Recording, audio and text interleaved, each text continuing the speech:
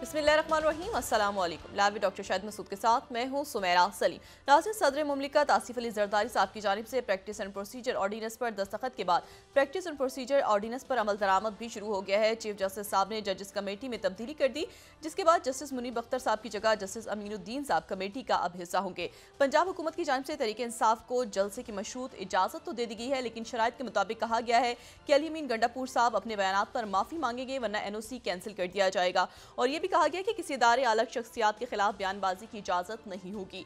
जबकि मौलाना फजल रहमान साहब ने कहा है कि अपने मौक़िफ़ पर खड़े रहेंगे, कोशिश करेंगे हुकूमत को गलत कानून साजी से रोकें, शख्सियात को सामने रखने की बजाय अदालती इस्लाहत की जाए। इसके अलावा भी दीगर मौज़ूआत पर आज हम गुफ्तगू करेंगे। स्टूडियो में हमारे साथ मौजूद हैं डॉक्टर शाहिद मसूद। अस्सलाम वालेकुम डॉक्टर साहब। डॉक्टर साहब, प्रैक्टिस एंड प्रोसीजर ऑर्डिनेंस मंजूर कर लिया गया है, इसके बाद जो अदालती अमल में मजीद शफाफियत आएगी। देखिए, मैं आपको सिर्फ एक बात ये बताऊं कि या तो ये जो भी मैं इस पे ज़्यादा बात मैंने नहीं की, ना मैं करना चाह रहा हूँ।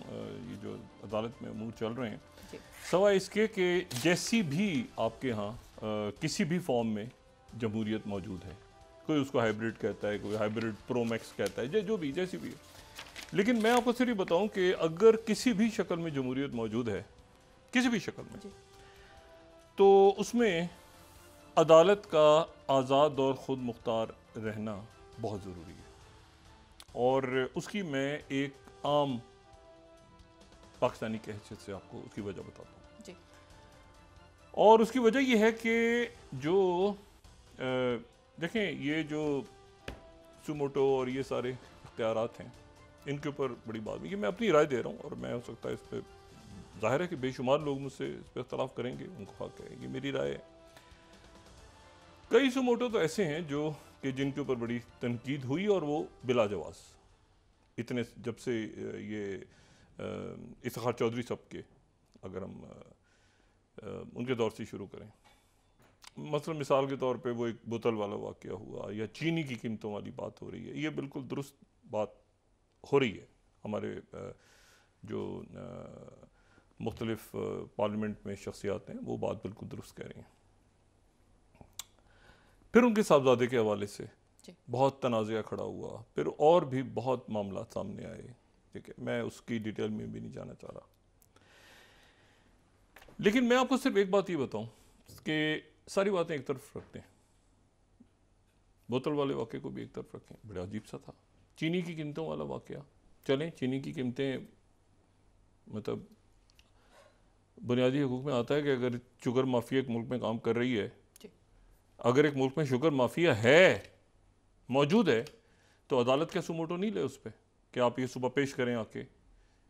अगर इस मुल्क में IPPs की माफिया काम कर रही है और वो सारी सिस्टम का गत जोड़ करके बैठी है, तो या तो आप सीधा सीधा इस सिस्टम को ही फारिग कर दें, या ये है कि अदालत सुमोटो ले, क्योंकि वो तो सारे सिस्टम में मौजूद है। और मैं उसकी मिसाल देता हूँ।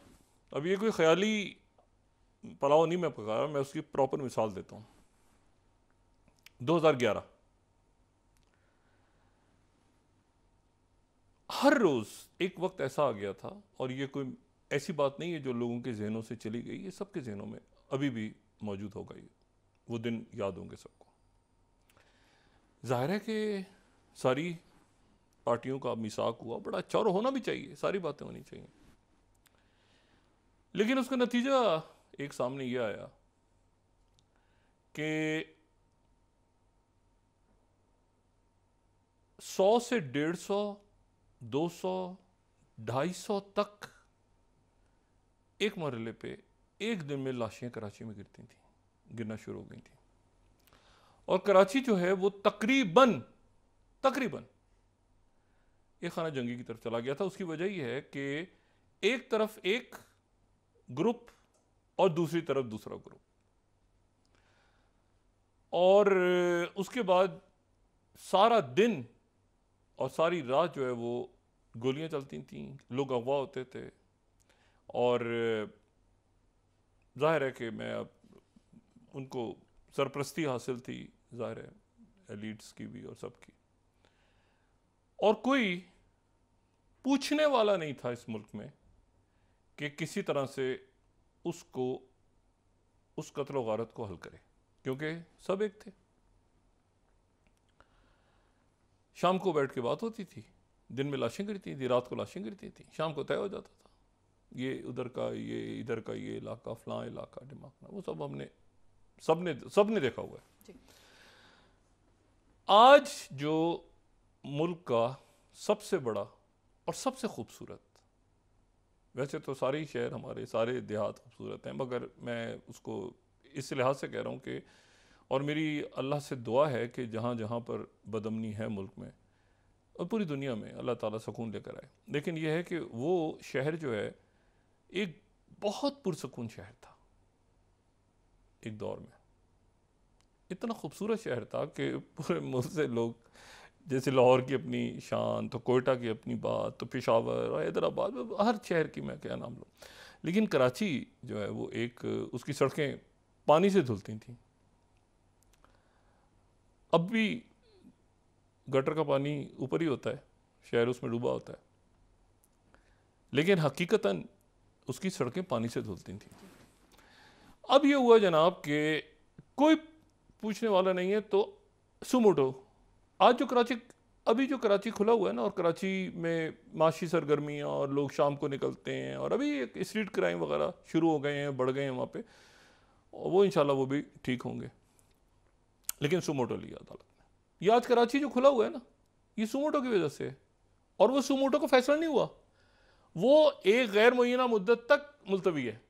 वो किसी वक्त भी, अगर कराची के हालात ऊपर नीचे होते हैं, तो वो सुप्रीम कोर्ट के पास ये पावर है कि वो अचानक उसकी समाज शुरू करे दोबारा कराची। और उस वक्त ये हुआ, सारे लोगों को, मैं कोई पुराना कोई तारीख की किताबें नहीं खोल के बैठा, मैं सिर्फ याद दिला रहा हूँ लोगों को कि उसके बाद ये हुआ कि हमारे जो जज साहिबान थे वो कराची जाके सुबह से लेके रात तक, और शायद पूरी तमाम रात, अगला दिन, दूसरा दिन, अदालत कराची बैठ गई थी, पूरी सुप्रीम कोर्ट कराची बैठ गई थी।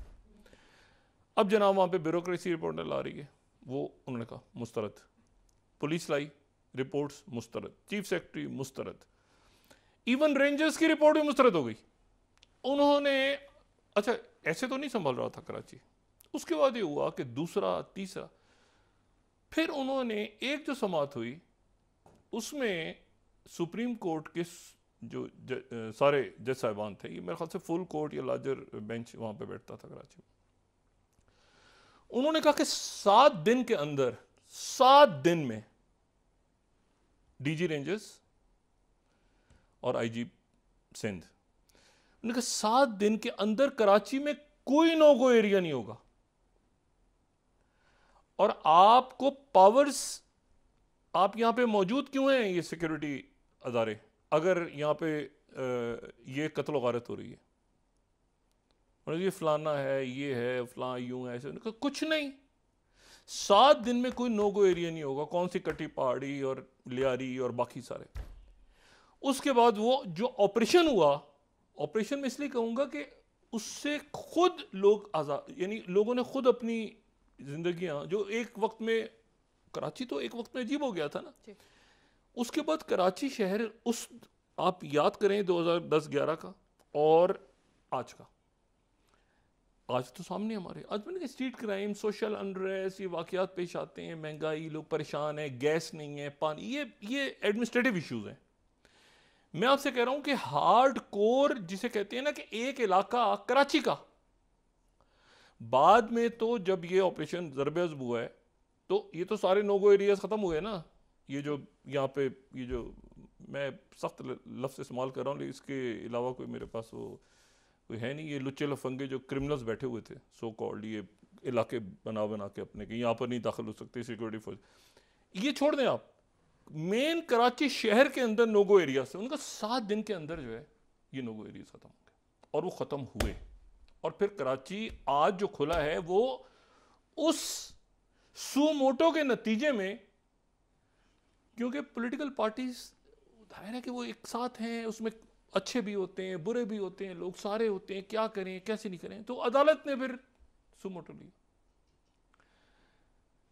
और मैं वो एक बोतल वाले वाक़े को, या उस जो कि मेरे नज़र में बिल्कुल अजीब सा सुमोटो था वो, या ये कि वो अरसलान उनके साहबजादे पे जो इल्ज़ाम लगे सही थे गलत, उसको भी सारी बातें एक तरफ, आप मुझे ये बताएं कि अगर वो सुमोटो ना होता, सारी पार्टियां एक साथ थी, क्या कराची शहर खुलता? क्या कराची आज जो है वो इस तरह से यानी अभी तो स्ट्रीट क्राइम बढ़े हैं ना, और ये कच्चे के डाकू वगैरह ये दोबारा पता नहीं खुदा जाने कहां से आ गए हैं बीच में दरमियान में। ये कराची ऑपरेशन था या सिंध ऑपरेशन जो भी था इसका, लेकिन उसने भी शहर खुला और ये तय हो गई बात कि कराची ऐसा बंद नहीं होगा। आप मुजाहरा करें, ट्रैफिक जैम हो जाता है सब कुछ, लेकिन कराची को बंद नहीं करवाया जाएगा किसी कॉल पे। और ना मुल्क बंद होगा, मुल्क बंद होने का तो सवाल ही पैदा नहीं होता कि कोई ये कॉल दे कि जी कल, मतलब वैसे लोग एहतजाज करते थे ताजरों की हड़ताल होगी, लेकिन ये बंद होगा शहर, ऐसे नहीं ना भाई।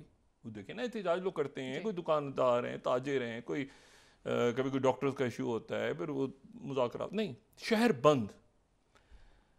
अब इशू ये है सारा, तो मैं आपसे सिर्फ ये कह रहा हूं कि जो मैं कतन किसी किस्म की जो एग्जीक्यूटिव और पार्लियामेंट की पावर है उसके ऊपर जिक्र नहीं कर रहा, मैं सिर्फ ये कह रहा हूं कि अगर वो सुमोटो ना होता, ठीक है, अगर वो सुमोटो ना होता और ये बिल उस वक्त मौजूद होता कि जी जो सुन रहा है उसको हटा दो जज को, तो इफ्तिखार मोहम्मद चौधरी साहब उधर फारिग होते, उधर बेंच टूटा होता, उधर ये होता, उधर। देखिए कहीं इसमें मैंने आपसे कहा ना कि दोनों तरफ के आर्गुमेंट्स है, लेकिन मैं जो बात कह रहा हूं वो ये कह रहा हूं कि जो अदालत है किसी भी मुल्क में, यानी अलामती हो, पावरफुल हो, जैसा भी जो भी उसकी कहें बात, लेकिन एक गरीब का असर जरूर होता है कि मैं वहां जाके वो कहानियों में, दास्तानों में ही सही, लेकिन नौशेरवां की अदल की जंजीर तो अंदर जो भी हो, लेकिन एक गरीब आदमी को एक सुकून चैन होता है कि मैं वहां जाके, अब बता जज का ट्रांसफर हो गया, आपका जज ने कहा कि यार तो आपके साथ बड़ी ज्यादती हो गरीब के साथ, अगले दिन उसका ट्रांसफर दूसरा बैठ गया आके। इस तरह मुल्क नहीं चलते, इस तरह मुल्क नहीं चलते। और अकाउंटेबिलिटी अदालत की, उनका जुडिशल कमीशन है, उसमें मैं इसको भी, ये भी बात बिल्कुल दुरुस्त है कि वहां पर भी एक वही बना हुआ है, ठीक है ना, कि वो चैम्बर से वकीलों के मुख्तलिफ हो, उसको भी ठीक करने की जरूरत है। और वो मेरा जज, तुम्हारा जज, इसका जज, उसका जज, ये है, ठीक है, इस तरह से हुआ है माजी में। लेकिन मसला ये है कि वो जो मैंने बात की है ना, कि मैं आपको सिर्फ ये बता रहा हूं कि फर्ज करें उस वक्त सुमोटो पावर ना होती तो क्या होता। इफ्तिखार चौधरी साहब मुकदमा सुनने कराची में, ये सारे जो सुप्रीम कोर्ट के बहुत से जज साहिबान उस वक्त, ये सारे जज साहिबान उस वक्त होंगे हाई कोर्ट्स में या बाकी जगहों पे, इनके सामने इतना कोई पुराना वाकया तो नहीं पता। मुझे बताएं कि उस वक्त ट्रांसफर हो जाता है इफ्तिखार चौधरी साहब का, इफ्तिखार चौधरी साहब का, या वो हटा दिए जाते या कुछ होते, नहीं, असर्ट किया। बात यह है कि दरमियान में उधर भी आर्गूमेंट्स है, इधर भी आर्गूमेंट। मैं जो बात कह रहा हूं वो ये कह रहा हूं कि किसी भी मुल्क में, अब देखें ट्रंप कहां गया मामला आखिर में, एल गोर कहां गया मामला आखिर में, कैसे एल गोर हार गया और फैसला कैसे हुआ और बुश जीत गए, और ये अभी की बात नहीं है, कैसे ट्रंप, कैसे मुकदमा। अदालतें जो हैं मुल्क में, अब उनके ऊपर उनके तरीका, वो अदालती इस्लाहात आप करें, 1000 दफा करें कि भाई कैसे होना चाहिए, किस तरह से। और मैंने आपसे कहा ना कि बेशुमार इसमें ऐसी बातें हैं जो कि बिल्कुल होनी चाहिए। मैं वो ऑल और नन वाली बात नहीं कर रहा यहां पे, ठीक है। मैं आपसे सिर्फ ये कह रहा हूं कि जो अदालत है वो पाबंद करती है। मैंने आपसे कहा ना कि रेंजर्स की रिपोर्ट मुस्तरद हो गई थी, आप जरा उसकी वो देखें। उन्होंने कहा 1 मिनट, उन्होंने रेंजर्स ने जाके कहा हमारे पास तो पावर नहीं है, तो यहाँ तो शहर में सब अच्छा है। उन्होंने कहा नहीं, ये तो हम इसको नहीं मानते, 7 दिन के अंदर अंदर नो गो एरिया नहीं होगा। उसके बाद जो रेंजर्स का ऑपरेशन और पुलिस का और सारे लोग के बरतरफ ना हो जाए, कई तो हटा दिए थे उन्होंने, तो वो दे उन्होंने कहा हटो, फारिग करो, ये कैसे बैठे हुए यहाँ पे, और पूरा ऑर्डर पड़े जो उनका ऑर्डर था उस पर फिर दोबारा जाके इम्प्लीमेंट कर, फिर करवाया। बात सारी ये है, मैं जो बात सिर्फ सिंपली कह रहा हूं कि इसमें रिफॉर्म्स की, अदालती सिस्टम में रिफॉर्म्स की जरूरत है, लेकिन ये पॉसिबल नहीं है कि जो हमारी, अब मुझे ये बताएं, मैं इस वक्त सोच रहा हूँ कई दिनों से, और मैं दुआ भी कर रहा हूँ कि ये जो IPPs का मामला किसी तरह सुमोटो ले अदालत। लेकिन जाहिर है कि इस वक्त एक ऐसा सिनेरियो है कि वो नहीं, मतलब एक अजीब सा मामला है ना, इतनी पोलराइजेशन होगी। IPPs के मुद्दे सामने रखें कि भाई लोग जो हैं, सुप्रीम कोर्ट जो है, और मैं आपको यकीन से कहता हूं कि इफ्तिखार चौधरी साहब होते ना इस वक्त, वही IPPs, ये कब का वो पड़ा होता, मुआहदे खुल के पड़े होते, और ये कैसे है, क्या है, निकाल के लाओ, अभी रखो सामने मुआहदे किसके हैं, क्या है। कोई आदमी परफेक्ट नहीं होता। मैंने जो उनकी बातें दूसरी तरफ से आई उनको भी मैंने डिस्कस किया है, लेकिन मैं ही आपसे कह रहा हूं कि IPPs के मुआहदे, शुगर माफिया, क्या नहीं है शुगर माफिया?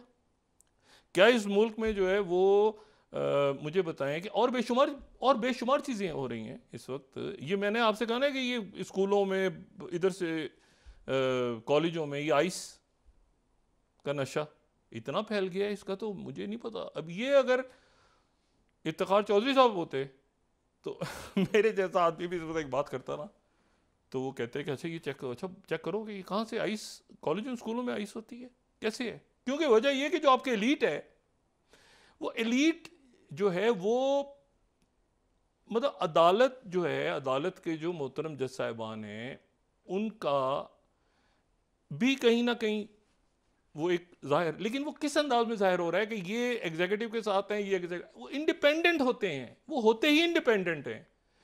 वो तलब करते हैं कि भाई आपने कल सुबह ये शहर खुलवाना है इतने घंटों के अंदर अंदर। अभी भी आप देखें खबर आती है ना, इतने बजे तलब कर लिया, इतने बजे। ये पावर होती है अदालत की। और जब आप बड़े लेवल पे चले जाते हैं, बड़े ह्यूज लेवल पे, तो उसके बाद रिकोटिक पे सुमोटो जो है वो रियासत का फैसला था, रियासती फैसला था रिकोटिक के ऊपर। वो बाद में उसमें गुफअप हो गया, उसमें आपको एक पड़ गया, जुर्माने पड़ गए, सब कुछ हो गए, बात की चीज़ें, लेकिन उस वक्त वो रियासत का फैसला था। आपने खुद जो है वो इसके ऊपर अपने कोलीग्स के साथ, सीनियर और बाकियों के साथ भी वो ब्रीफिंग अटेंड की हुई है रिकॉर्डिंग के ऊपर। ऑफ द रिकॉर्ड ब्रीफिंग थी, लेकिन उसमें बहरहाल काफ़ी शख्सियात मौजूद थी, मैं नाम नहीं लेना चाह रहा।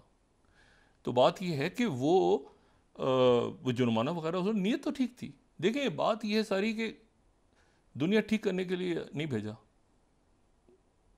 मैं पहले भी शायद वो मैंने बात की थी कि मुझे जो है, या किसी को भी यहाँ पे दुनिया ठीक करने के लिए नहीं भेजा हुआ, सिर्फ पैगाम देने के लिए भेजा हुआ है।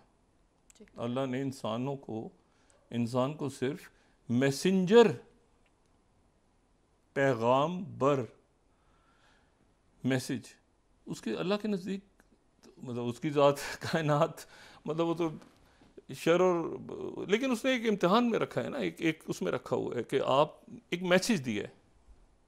वरना तो बड़ी बड़ी शख्सियात जो है वो कोई आरे से किसी को सलीब तक ले जाए, किसी को जो है वो किसी, तो कायनात की सबसे बड़ी शख्सियत जूतों में खून, और वो दुआ दे रहे हैं आगे से, फरिश्ते कह रहे हैं कि आप हुक्म करें तो पहाड़ों को आपस में। तो बात यह है कि नहीं, पैगाम, वरना तो क्या उस रब के नज़दीक तो मतलब उसकी क्या है, मतलब ये तो सारा एक कारखाना है ना, ये तमाशा है ना ये क्या। लेकिन इशू ये है कि वो मैसेज देना है, और नियत ठीक हो तो, मेरे जैसे आदमी का तो ये कि आपकी नियत ठीक हो तो काम अल्लाह ताला उसमें बरकत डाल देता है। अब अगर गलत नियत है तो जो है वो, और एक ये जो बातें होती है ना कि वो हमारे सामने सबूत नहीं, वो हम रिकॉर्ड देखेंगे, नहीं, ये जो है ना हमारे सामने आर्टिकल 8 के नज़दीक ऐसे था तो ये इसको फांसी लगा दो, इसको छोड़ दो, और ये यहाँ से ये जीता हुआ था और ये जीता हुआ, नहीं, वहाँ हशर के मैदान में ये आर्टिकल नहीं चलेंगे। सवाल इस तरह से होगा कि पता था या नहीं था, मतलब पता था ना कि गलत फैसला है या सही फैसला है, या उस वहाँ पर आप पाकिस्तान के आइन के आर्टिकल नंबर 6 या 8 को हशर के मैदान में कोई भी शख्स जो है वो बताएगा, तभी तो हशर का मैदान है। मैं हमेशा बात करता हूँ कि वो तभी तो वो रखा गया, आपकी ईमान का हिस्सा है ना 5वां, के वो मैदान होगा आखिरत का, तो वहाँ पर और ये गवाह होंगे, आप ख़रीद भी नहीं सकते ठीक है ना, आपके हाथ पैर ये गवाही दे रहे होंगे, ये किया इसने, ये किया इसने, और ये वहाँ हिसाब किताब होगा। और कोई शख्स किसी का जो है ना, तो इसीलिए ये होता है कि अल्लाह ताला से इंसाफ भी मांगते हैं अल्लाह ताला से, लेकिन रहम मांगना चाहिए, क्योंकि इंसाफ हो गया तो फिर पता नहीं क्या हाल होगा हमारा। तो हम रहम की भीख मांगते हैं अल्लाह से, तौबा करते हैं। तो ये तो क्या फजूल सी हम इश्यूज़ को लेके बैठ गए, और इसमें जो है ना, मेरा ख्याल, मैं बस इससे ज़्यादा कोई बात नहीं करना चाहता। बाकी हमारे अदारे जाने, पार्लियामेंट जाने, और जो है वो सुप्रीम कोर्ट जाने, और ये एक सियासी मसला है। मैं तो सिर्फ ये बता रहा हूँ कि उस मोटो के नतीजे में ये हुआ था। अच्छा, अब दूसरी बात जो है वो ये है कि हालात ख़राब से ख़राब हो रहे हैं। ये पाकिस्तान में बहुत ही गलत वक्त पे ये मैन मेड क्राइसिस बदकिस्मती के साथ खड़ा हुआ है, और ये ईगोस का इशू है, ये पावर गेम है, इसमें इसका कोई ताल्लुक़ नहीं है आम लोगों के साथ। ठीक है, लोग परेशान हाल हैं, लोग डरे सहमे हैं कि कल क्या होगा, फिर कंटेनर, फिर शहर बंद, फिर खुलेंगे, फिर वो उधर से एक पार्टी गायब हो गई पूरी, वो पार्लियामेंट से पार्टी गायब हो गई आज मतलब पीटीआई है ही नहीं, मतलब पीटीआई कौन, पीटीआई मतलब पीटीआई नहीं है। और भी अजीब मतलब है कि मतलब ये जो है ना, ये इतने आप यकीन करें कि ये मतलब आप क्या है, मतलब मुझ समेत ये सारी शख्सियात जो है ना, ये तो खैर मतलब मैं अपना ज़िंदगी की शामों पे हैं। क्या है, क्या रह जाएगा, क्या है, मतलब है कि क्या तमाशा मुल्क बना हुआ है, गरीब गुरबा लोग परेशान हाल, बिजली का बिल कैसे आएगा, सड़कें बंद हैं, पेट्रोल की कीमत, क्या है, जेबें तो नहीं होती ना, जाते हैं तो जेबें तो नहीं होती उस लिबास में। बहरहाल, तो मैं अब इससे ज़्यादा क्या बात करूँ, मैं कोई यहाँ पे हर एक सब मुझसे ज़्यादा समझते हैं और ज़्यादा समझदार हैं। मैं आपसे सिर्फ एक बात ये कहूँ कि एक तो ये है कि ये जंग बहुत बढ़ गई है, बहुत ज़्यादा, जो कि इसराइल और अब ये जो है ये इसराइल और लेबनान की जंग है। ये ज़हन में रखें कि हिजबुल्लाह जो है वो एक पार्लिमानी जमात है, एक पार्लिमानी जमात है जो कि इलेक्शंस में हिस्सा लेती है, जैसे एक ज़माने में IRA और शिन फेन और सारा, वो पार्लिमानी जमात बन के इलेक्शंस में हिस्सा लेती है। महमूद अब्बास जो हैं, जो फ़लस्तीनी अथॉरिटी के सदर हैं, वो भी अबू माज़न थे एक ज़माने में। तो बात ये सारी कि ये यहाँ पर अब देखना ये है कि और इसमें लेबनान आ गया है, क्योंकि लेबनान के अंदर वो इलेक्शंस में हिस्सा लेते हैं, तो पार्लियामेंट है लेबनान के अंदर, और एक उनका एक बना हुआ सिलसिला कि भाई ये ऐसे होगा, ये ऐसे होगा, तो लेबनान इसमें सखिन हो गया। और मैं आपको सिर्फ ये बात बताऊं कि अभी थोड़ी देर पहले जो है वो वहाँ पर, अच्छा अब जाहिर है कि वहाँ ऐसे लोग तो हैं जो कि वांटेड हैं और बाकी मामलात में, तो एक वहाँ पे कोई इब्राहिम आकिल करके भी किसी शख्स को वहाँ पे जो है वो इसराइल कह रहे हैं कि हमने निशाना बनाया है। ये जो है ये फवाद शुक्र की जगह जो है इन्होंने ज़िम्मेदारी संभाली थी रिदवान ब्रिगेड की, जो कि मिलिट्री ब्रिगेड है, और 1983 में जब इन्वेजन हुई थी लेबनान की, 82 में लेबनान की इन्वेजन हुई थी, लेकिन उसके बाद जो वाक़यात हुए थे वहाँ पे, जिसमें US मेरीन्स एक वाक़े में बैरिक्स पे अटैक हुआ था, फिर एम्बेसी पे अटैक हुआ, उसमें 1983 में, तो 2019 में फिर जो ग्लोबल टेररिस्ट लिस्ट है उस पर इनका नाम डाला गया। तो वो इसराइल कह रहा है कि वो हिट हुए हैं उनको, लेकिन ये कि जंग जो है ये मामला अब निकल गया है बहुत ज़्यादा। गज़ा में वो थोड़ा सा यहाँ पे 2-4 गिराते हैं बम, उसमें बेशुमार लोग वहाँ पे मर जाते हैं, और फिर जो है वो ये F-35 हथियारों से अब ये स्ट्राइक्स हुई हैं आज जो लेबनान पे हुई हैं, और वो जो दरमियान में कल हम बात करें सीज़ फायर आगे पीछे, वो सारा साइड पे चला गया। अच्छा, जो इसमें ये सारा लिंक्ड हो रही हैं चीज़ें आपस में, इससे पहले जुदा जुदा थे ना सारे मामलात के, हम कह रहे थे यूक्रेन में कुछ हो रहा है, तो साउथ चाइना सी में कुछ हो रहा है, तो जनाब इधर ये वेस्ट एशिया या अफ्रीका, उसके साथ फिर अफ्रीका तो है ना, लोगों को बताओ तो लोगों को कहते हैं कि अच्छा मिस्र अफ्रीका में है, ये भी बड़ा मसला है लोगों को बताना कि मिस्र अफ्रीका में है, वो मशरिक़ वस्ता में नहीं है, ठीक है ना, उसको इसीलिए MENA मीना के नाम से middle east and north Africa कहते हैं। एनीवे, ये टर्म ज़्यादा यूज़ होती है। बहरहाल तो ये है कि अब इसमें अफ्रीका भी इन्वॉल्व हो गया, बाकी जगह भी यूरोप से। लेकिन अब इसमें इशू ये है सारा कि एक तो पीस डील चली गई साइड पे, दूसरा ये है कि वो पेजर्स और जो उसके बाद वॉकी टॉकी दोनों उनके जो एक्सप्लोजन्स हुए, तो उसके बाद जो है अब वहाँ पर ये शिद्दत से बात हो रही है कि जवाब दें। उन्होंने कोई मेरे ख्याल से कोई 250-300 रॉकेट उन्होंने मिज़ाइल फायर कर दिए। जवाब में इन्होंने अटैक किया, इन्होंने कहा कि वहाँ बहुत सारे तैयार थे मिज़ाइल, हमने उनको लॉन्चर्स को उड़ा दिया इसराइल ने। तो इस वक्त खुली लड़ाई हो रही है और ये मामला एक्सकलेशन की तरफ जा रहा है।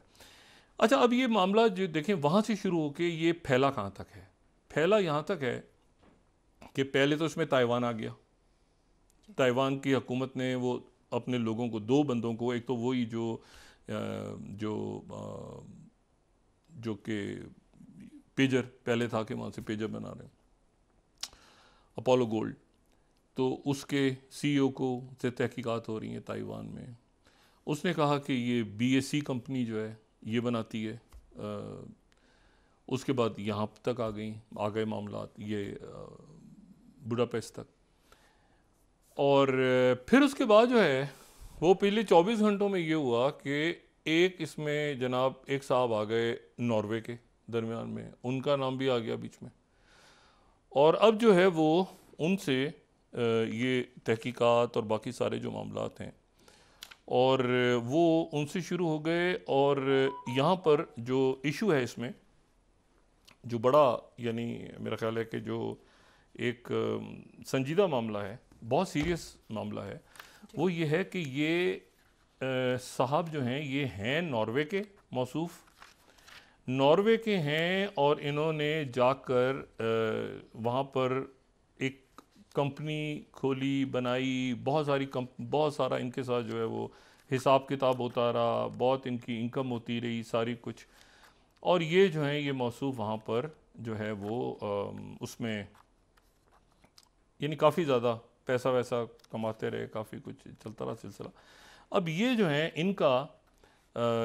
इनके साथ इनकी इन्वेस्टिगेशंस हो रही हैं और ये जो हैं ये हैं नॉर्वे के शहरी, लेकिन ये एक ज़माने में आए थे, मतलब कोई, लेकिन एक ज़ाहिर बैकग्राउंड बताना ज़रूरी है। केरला से ताल्लुक़ था, केरला से। तो अब इसमें जो है वो नॉर्वे और उसके साथ जो है नॉर्वे के साथ जो है वो नॉर्वे, बल्गारिया, ताइवान, ये सारे मुल्क जो हैं ये दरमियान में आते जा रहे हैं और वो इन्वेस्टिगेशन शुरू हो गई हैं। और ये जो है ये सारा जो मामला है ये फैलता जा रहा है कि वो कहाँ से आया, क्योंकि ये जो सप्लाई चेन्स और ये जो इलेक्ट्रॉनिक्स के डब्बे खुले थे या अंदर था या क्या सारा मामला था, ये संजीदा होता जा रहा है जी। अच्छा, ये है रिंसन जॉस इनका नाम है, ये जो नौजवान यहाँ पे नज़र आया था, रिंसन जॉन, इसकी तहकीकात हो रही है, ठीक है ना। और ये जो है ये नोटा ग्लोबल के नाम से कंपनी, और उसके बाद उसकी ब्रांचेज, और फिर उसके कल तो वो मोहतरमा थी वो जो 40 साल की, तो मैंने कहा था कि बड़ी वो, अब इनका नाम दरमियान में आ गया है। तो ये लेकिन बहुत साल पहले बयान होता है, ये इंडिया से गए और वहाँ जाके इन्होंने नॉर्वे की शहरियत इख्तियार की और ये जो है ये इन्होंने डिस्ट्रीब्यूट किए वहाँ पे। अब तो जो बल्गारिया की हुकूमत है, आज उनकी तरफ से भी ये बाकायदा बात इशू हुई है, मतलब बाकायदा ये बताया गया है उनकी तरफ से कि हम तहकीकात कर रहे हैं इसमें। और ये जो है ये मैं यहाँ पे लेबनान का मीडिया कोट कर रहा हूँ, ये 17 स्लाइड अगर हम यहाँ पे दिखा सकें, LBC वो ये कह रहे हैं कि ये हंगरी से बल्गारिया और बल्गारिया से अब ये नॉर्वे तक पहुँच गया मामला। और ये जो है ये इसमें ये साहब आ रहे हैं और ये जो है ये मौसूफ जो है ये नॉर्वे के, तो यानी वहाँ पे सूफिया की जो हुकूमत है, बल्गारिया में सूफिया है, तो वहाँ से नॉर्वे से बाकी जगहों से, तो मतलब है कि ये बुडापेस्ट पहले आ गया था गालिबन। अच्छा, ये तो सारा आपस में कनेक्टेड है, कई शहर और भी आ रहे हैं बीच में, मैं अगर कोई नामों में ऊपर नीचे हो रहा हूँ तो माजरत उसके लिए। अच्छा, साथ ही जो है वो 2 मिनट में और बात करके उसके बाद मैं ब्रेक पे जाता हूँ। मैं इसमें 2 बातें और करूँगा। देखें, यूरोप जो है ना, इस वक्त यूरोप के अंदर जो है वो ये बात हमें मद्देनज़र रखनी चाहिए कि वॉन देन लियान जो उनकी यूरोपियन कमीशन की जो सदर हैं वो आज पहुंची हैं यूक्रेन, और यूक्रेन में उन्होंने ऐलान किया है कि वो 35 बिलियन यूरोज़ जो कि G7 के इजलास में तय हुआ था, जो रशिया ने पैसे रखवाए हुए थे जो फ्रीज हो गए थे, उसमें से वो उनको लोन देने का ऐलान हुआ है। लेकिन इशू ये है कि उसके साथ जो इटालियन जो फॉरेन मिनिस्टर हैं उन्होंने भी डिफेंस का ऐलान किया है कि हम वहाँ पे उनके जो एंटी मिसाइल सिस्टम है और वो सारा भेजेंगे, लेकिन उन्होंने कहा है कि ये स्कूलों के लिए और हॉस्पिटल्स की डिफेंस के लिए कि यहाँ पे रशियन अटैक हो तो यहाँ पे सिविलियन पॉपुलेशन। लेकिन उसके साथ उन्होंने एक लफ्ज़ उनका जो स्टेटमेंट है, अगर हम गार्डियन दिखा सकें तो वो ये कहते हैं कि ये हम ये नहीं चाहते कि ये मामला जो है ये किसी वर्ल्ड वॉर की तरफ चला जाए। अच्छा, अब ये जो है ना, ये मतलब है कि डिफेंस ऑफ यूक्रेन जो है वो इटालियन फॉरेन मिनिस्टर कह रहे हैं, यानी यूक्रेन का दिफा करते करते वर्ल्ड वॉर ना छिड़ जाए, क्योंकि वो सैम TNT मिसाइल सिस्टम भेज रहे हैं, लेकिन वो चूंकि फैल इतना ज़्यादा गया है, इशू इतना एक्सकलेट इतना ज़्यादा हो गया है कि वो कह रहे हैं कि ये कहीं वर्ल्ड वॉर की तरफ ना चले। यूरोप ने देखा हुआ है मामला, इटली, स्पेन, फ्रांस, जर्मन, सब ने वर्ल्ड वॉर्स भुगती हुई हैं। तो इशू ये है कि वो, अच्छा यूरोप जो कोई वो नहीं है ना, EU है, तो EU जो है वो, अच्छा जो नेटो के जो सेक्रेटरी जनरल हैं वो चले गए, ठीक है ना, और उनकी जगह जो है वो नए आ जाएंगे 1 तारीख से। इशू ये है कि वो नेटो के जो चीफ हैं स्टॉल्टनबर्ग, वो भी जाते जाते जो हैं वो एक बात कर गए हैं कि भाई ये यूरोप के अंदर यूरोप को खुद डिफेंड करना पड़ेगा अपने आप को। यूरोप असल में ये यूरोपीय यूनियन है ना जी। अब ये यूरोपीय यूनियन मतलब यूरोपीय यूनियन की आर्मी नहीं है। हर यूरोपीय यूनियन का मुल्क नेटो में नहीं है, नेटो की फौज है, नेटो की कमांड जो है वो डिफरेंट है, ठीक है। वो किसको मतलब नेटो का कमांड किसके पास है, ये भी एक रोल है कि वो यूरोप के पास है या अमेरिका। हमारे दिमाग में तो यूरोप आता है ना, यूरोप से बाहर भी तो मुल्क है ना, कनाडा और अमेरिका। तो वो इशू ये है कि वो यूरोप को कैसे डिफेंड करेंगे, क्योंकि यूरोपीय यूनियन में कई मुल्क तो नहीं है, यूरोप के मेंबर कोई और हैं, शेंगन के मुल्क कुछ और हैं, नेटो के मुल्क कुछ और हैं। अब देखें ना, ये यूरोप में है सारे मुल्क, यूक्रेन कह रहा है ना मैं यूरोप में ले लो, बाकी कई अब शामिल हुए हैं जाके नेटो में, कुछ EU में हैं, कुछ शेंगन में हैं, कुछ नेटो में हैं। तो अगर कहीं पे एक सेंट्रल कमांड नहीं है, मतलब आर्मी, यानी यूरोप की कोई आर्मी नहीं है, मतलब मुल्कों की अपनी अपनी आर्मीज है ना, फ्रांस की फौज है, तो पता स्वीडन की फौज है, इनकी वो हैं सारे नेटो के मेंबर। फाइनल डिसीजन कौन करेगा अगर अटैक हो गया, कोई बात हो गई, तो वो फटा पड़ा डिवीजन इसीलिए तो हुई है। तो आप उसके बाद बात करता हूँ, क्योंकि ये मामला जो है इसकी हिद्दत जो है ये अब यहाँ तक पहुँच रही है इस खत्ते। तो मैंने कल भी बात की थी ना कि मेरे लिए सिर्फ आज एक इम्पॉर्टेंट कंसर्न था कि ये जो शहादतें हुई हैं दोबारा दहशतगर्दी के अंदर, क्योंकि इशू ये है ना कि दरमियान में सोशल अनरेस्ट, ये जो फिर दोबारा झड़प हुई है इनसे खारजी या जो भी लोग हैं, मुझे नहीं पता, जो क्रिमिनल्स हैं जो उनके साथ जनाब झड़प हुई है, और ये सारा इशू जो चल रहा है तो उसमें ये क्राइसिस मुल्क में खड़ा कर दिया है। और मैं बताऊं ये बड़ा अच्छा जा रहा था, IMF का हो जाता, IMF के साथ मामला हो जाता, इकोनॉमी को बेहतर करते, थोड़ा सा आगे निकलते, ये सारा जो है ना इस वक्त। ब्रेक के बाद डॉक्टर साहब डिस्कस करते हैं। नाज़रीन वापस आते हैं एक छोटे से ब्रेक के बाद।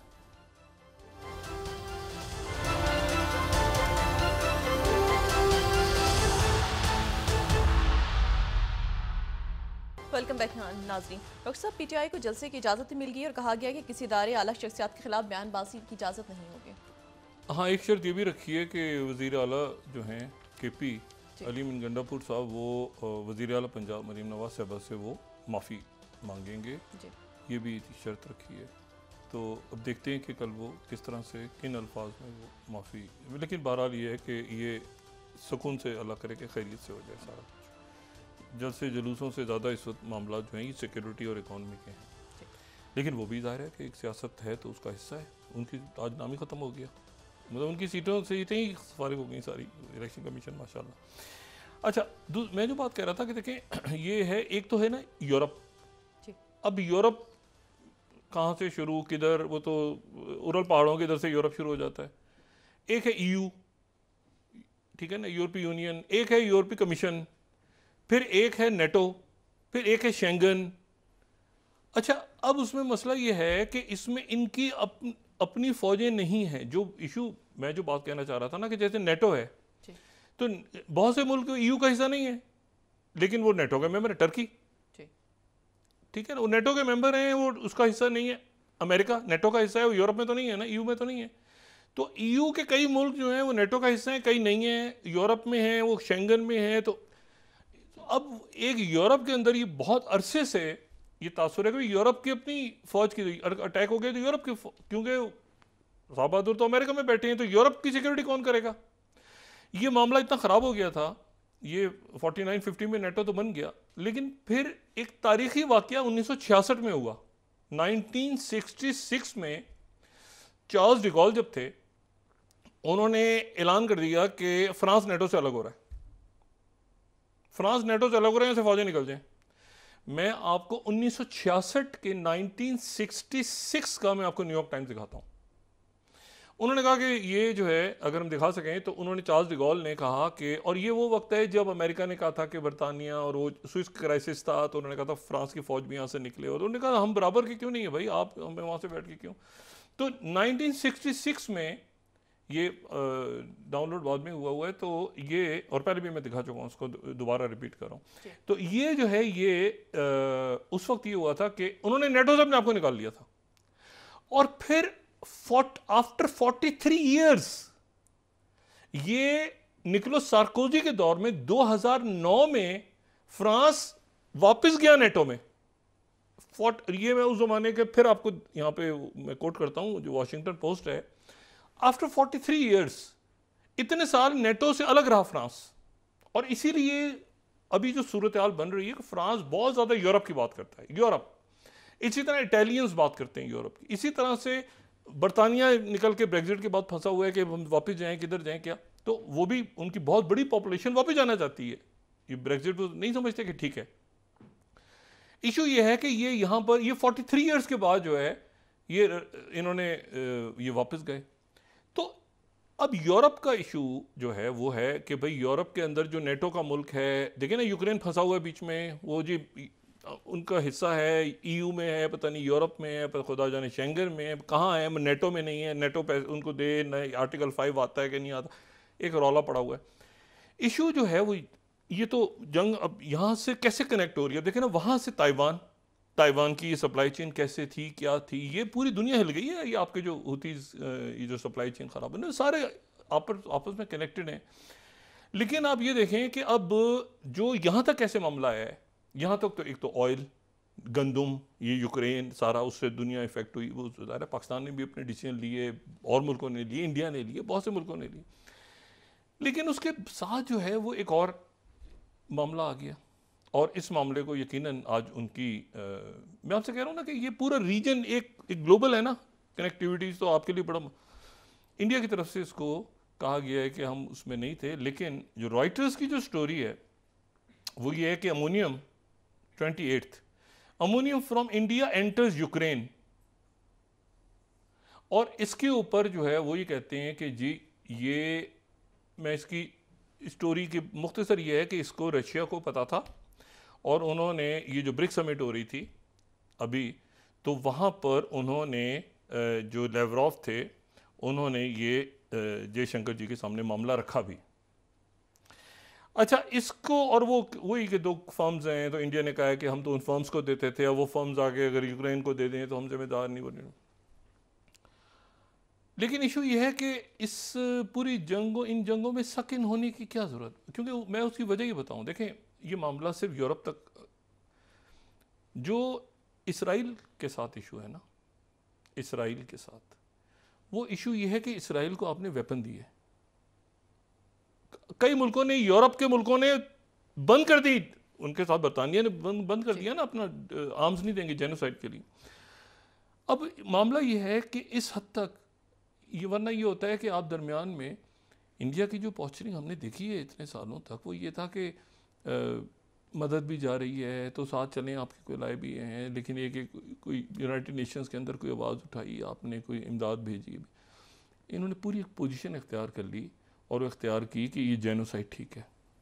और उसके नतीजे में वहाँ पे उनके ये जो कत्लेआम है गज़ा में जो हो रहा है ये ठीक है। और उसके नतीजे में ये हुआ कि वहाँ पे ह्यूमन राइट्स के बहुत से लोग जो हैं, ये मैं 23rd स्लाइड दिखा रहा हूँ, ये कुछ अर्सा पहले रिटायर्ड डिप्लोमेट्स, इंटेलेक्चुअल्स, ये सारे सुप्रीम कोर्ट गए। 23rd स्लाइड हिंदू कोर्ट कर रहा हूँ ताकि जाहिर है कि सेंसिटिव चीज़ें हैं तो इनकी वो रेफरेंस, ये गए कि ये इंडियन फर्म्स की सप्लाई गज़ा में रोकी जाए।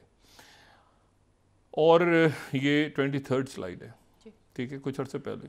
और फिर 21st स्लाइड के Indian military export to Israel aiding genocide, इसके लिए लोग वहाँ पे गए, उनके जो जाहिर है कि इंडिया में ह्यूमन राइट्स के लिए और इसके लिए आवाज़ उठाने वाले बहुत से लोग हैं, उनकी सुप्रीम कोर्ट ने ये जो पिटिशन थी वो रद्द कर दी। मतलब उनके यहाँ इतनी ज़्यादा, क्योंकि वो एग्जीक्यूटिव और कोर्ट तो कश्मीर पे जो हुआ तो वो एक ही गड़बड़ हुआ वो ना सारा सिस्टम, उसके नतीजे में वो अब वो वहाँ पर एक साइड एक पोजीशन लेके वहाँ पे जेनोसाइड के अंदर वो वहाँ पे असला पहुँच रहा है। अब मुझे नहीं पता कि वो उस कत्लेआम की धमक यहाँ तक आती है नहीं आती, क्या होता है खुदा जाने, नहीं आनी चाहिए, लेकिन आप देखें कि ये पोजीशन कैसी अजीब है कि जेनोसाइड को आप सपोर्ट कर रहे हैं। मतलब वाहिद मुल्क है दुनिया का शायद जो कह रहा है कि वो जो मर रहे हैं वो ठीक मर रहे हैं। मतलब सारी दुनिया चाहे वो इसराइल के कितना ही साथ हो, वो कम से कम उनके लिए, बच्चों के लिए, औरतों के लिए आवाज़ उठा रहे हैं कोई, लेकिन इंडिया की पोजीशन ये कि इसराइल को सलाह दे रहे हैं। अच्छा, तो उन्होंने बहरहाल वो वहाँ पे, अच्छा अब दूसरी जो बात है यूक्रेन के अंदर, अब ये पोजीशन कैसे होती है कि भाई वो आज उनकी मिनिस्ट्री ने ये इसको कहा है, इस रिपोर्ट को मैं 29 स्लाइड कोट कर रहा हूँ, उन्होंने डिनाई किया इस बात को कि वेपन्स हम यूक्रेन को दे रहे हैं, लेकिन वो वही बात उन्होंने की कि हम तो किसी और को देते हैं, वो वहाँ से चला गया, वो कह रहे हैं कि रिपोर्ट है पूरी अमोनियम की। और ये बात ये ध्यान में रखें कि कुछ अर्से पहले फाइनेंशियल टाइम्स ने एक रिपोर्ट किया था कि इंडिया रशिया के साथ एक बैक चैनल पे कर रहा है, अब उन्होंने कह दिया कि इंडिया यूक्रेन के साथ भी कर रहा है। तो मतलब ये कि वो कहते हैं ना, जो सबका दोस्त होता है वो किसी का दोस्त नहीं होता। मतलब एक अजीब मुसीबत, जो सबका दोस्त होता है वो किसी का दोस्त नहीं होता। ये हमारे एक उस्ताद कहा करते थे, वो कहते थे, वो एक कहना कि मैं तो सबसे दोस्ती रखता हूँ, तो उन्होंने कहा जी सबका दोस्त होता है किसी का दोस्त नहीं होता। वो बहुत ही वो मौका परस्त किस्म का आदमी होता है कि ये भी अच्छा है, ये जो नेक है वो भी मेरा दोस्त है, जो यहाँ पे बदमाश है वो भी मेरा दोस्त है, जो थानेदार है वो भी मेरा दोस्त है, जो यहाँ पे जो कंटुट्टे घूम रहे हैं वो भी मेरे दोस्त हैं, बस सारे मेरे दोस्त हैं। तो वो फिर सबसे बड़ा जो है ना वो फ्रॉडी, उसको पकड़ो, उसको ठुकाई करो उसकी। अच्छा, बहरहाल तो ये बड़ी अजीब पोजीशन है कि भाई यूक्रेन को भी दे रहे हैं, उधर भी कर रहे हैं, और उधर से आपने उनको कर दिया, तो अब उधर से ईरान से वो वहाँ जानी जा रही हैं, अब उधर से एक वो निकला है, मैं इसको ये नॉर्वे वाला, लेकिन बहरहाल एक वो निकाला तो है ना उन्होंने मीडिया ने कि केरला से थे। मुझे नहीं पता कि क्या है पॉलिसी और किस तरह से चल रहा है मामला, लेकिन ये कि वो यहाँ तक नहीं आना चाहिए मामला। और उसके साथ ही जो है ये मतलब यहाँ तक ये खींच के क्यों लेकर आ रहे हैं। मतलब वो एक दफ़ा जो उनके फॉरेन मिनिस्टर जयशंकर जी ने बात की थी ना, यूरोप की जंग है तो उससे हमारा, वो खींच के यूरोप को और पूरे यहाँ ला रहे हैं सारा के सारा कि भी यहाँ पर कुछ हो, खुदा ना खास्ता, जो नहीं होना चाहिए। लेकिन यह है कि वो अब अजीब पोजीशन है, ठीक है, कि यूक्रेन को भी किया, रशिया को भी किया गया। अच्छा, आखिर में चलते चलते जनाब, आखिर में वह ख़त्म हो रहा है, ईरान में क्या हुआ है। एसोसिएटेड प्रेस 36वीं खबर, ईरान ने अफ़गान हुकूमत के जो है वो नुमाइंदे को बुलाया है, वहाँ पे इस्लामिक कॉन्फ्रेंस हो रही थी बहुत बड़ी, पूरी दुनिया के लोग थे, वो जो इनके नुमाइंदे वहाँ मौजूद थे वो ईरान के कौमी तराने के मौके पे खड़े नहीं हुए, उन्होंने बुलाया। ये मैं एसोसिएटेड प्रेस को यहाँ पे कोट कर रहा हूँ, उन्होंने कंडेम किया है कि जनाब नेशनल एंथम के दौरान आए नहीं। फिर मैं ऑफिशियल एजेंसी को कोट कर रहा हूँ, 37th Islamic Republic news agency 37th, ये Iran foreign ministry summons care taker of Afghanistan embassy, उसको बुला के वो कह रहे हैं कि भाईजान ये जो है ये होस्ट कंट्री की रिस्पेक्ट पूरी दुनिया में होती है, और ये इंटरनेशनली, ये उनकी ये ऑफिशियल एजेंसी है उनकी, वो कह रहे हैं कि इंटरनेशनली रिकग्नाइज बिहेवियर होता है कि किस तरह से आपने किसी मुल्क के में करना होता है। और इस्लामिक यूनिटी कॉन्फ्रेंस में आए अब यहाँ पे, क्योंकि उन्होंने कहा है ना कि 20 लाख बंदा निकल जाए, तो उसके नतीजे में वो खड़े नहीं हुए। और उसके बाद प्रेस टीवी 38 ईरान समझ care taker of embassy over disrespect act. अच्छा, पहले तो मैंने सोचा, मैंने कहा इसको देखा, मैंने कहा ये 1 मिनट ठहर जाओ, ये हमारी खबर है कि उनकी खबर है? फिर मैंने कहा ये उधर ही, मतलब अजीब मामला है। तो उधर भी यही हुआ है, इधर भी यही हुआ है कि वो कहते हैं कि 1 मिनट ठहर जाओ। उन्होंने बुला के ये कहा है कि भाई वो जो मैंने कल बात की थी, और कुछ नहीं तो तमीज़ी सीख लो। तो ईरान में भी कुछ बिल्कुल वही वाक़या पेश आया। अब हैरान कौन बात है कि ये 24 घंटों के अंदर अंदर हुआ है। उन्होंने कहा तमीज़ नहीं है, और ये मतलब बुला के वो झाड़ वाड़ पिलाई है वहाँ पे। तो उनकी एम्बेसी ने फिर कहा है कि भाई ये जो है ये ऐसी कोई फजूल सा आदमी था, हमारा इससे कोई ताल्लुक नहीं, हम रिस्पेक्ट करेंगे। तो ये पता नहीं क्या वहाँ पे मामलात हो रहे हैं, बड़े अजीब हैं बहरहाल। और ये मैं सिर्फ आखिर में जो मैं बात कह रहा था ना, मैं 39 स्लाइड कोट करके ना इसका रेफरेंस देके चला जाऊँ। 39 स्लाइड के मलयाली कनेक्शन, यानी ये यहाँ तक आ गया मामला। 39 स्लाइड अगर हम दिखा सकें तो ये जो बंदा है जी। अब ये कैसे, इसका यहाँ से कनेक्शन कैसे निकला है खुदा जाने। ये पेजर ब्लास्ट के साथ ये भी, ये जनाब वहाँ पर जो है वो नेटिव कंपनी पता नहीं कहाँ से कहाँ। लेकिन ये है कि आप देखें यहाँ पे, आप देखें ये जो मुल्क आसियान के कितने पुरसकून, अब देखें सिंगापुर, इंडोनेशिया, मलेशिया, यहाँ से आपको बहुत ये इनका बड़ा स्टांस होता है। लेकिन ये इस तरह से हर जगह पे हर उसमें जो है ना वो तो पीस और सुकून और अमन की बात करके वो आगे अपने आप को लेके जा रहे हैं। लेकिन ये बदकिस्मती के साथ ये वाक़या यहाँ, ये जंग यहाँ तक आनी नहीं चाहिए।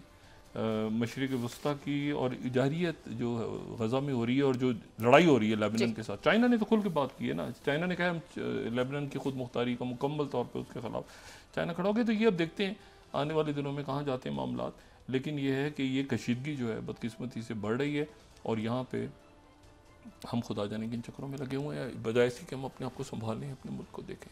ठीक हो जाएगा इंशाल्लाह। जी, बहुत शुक्रिया डॉक्टर साहब। नाज़रीन, इसके साथ ही आज का प्रोग्राम अपने अख्ताम को पहुंचा। मुझे सुमेरा सलीम को इजाज़त दीजिए। अल्लाह ने के बाद जी डॉक्टर साहब। अपने दोस्तों रिश्तेदारों को नवा के लोगों का सब ख्याल रखिएगा। अल्लाह हाफ़िज़।